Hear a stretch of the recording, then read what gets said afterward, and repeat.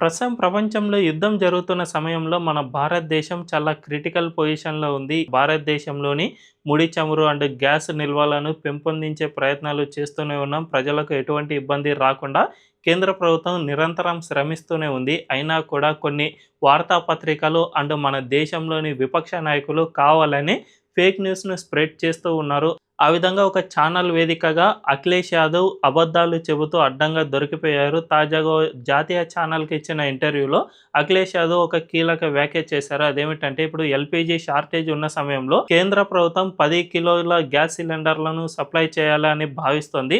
జనరల్‌గా 14 కిలోలు ఉంటుంది కదా! దాన్ని తగ్గించడం వల్ల ఎవరికి ఉపయోగం?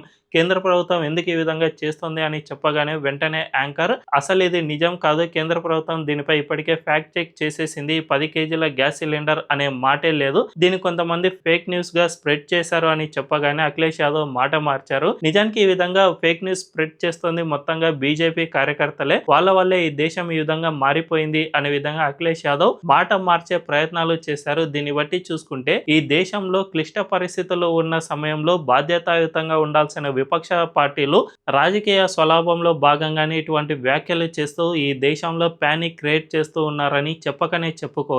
మరి ఇటువంటి విపక్ష నాయకులపై మీ అభిప్రాయం ఏంటో కామెంట్ల రూపంలో తెలియజేయండి.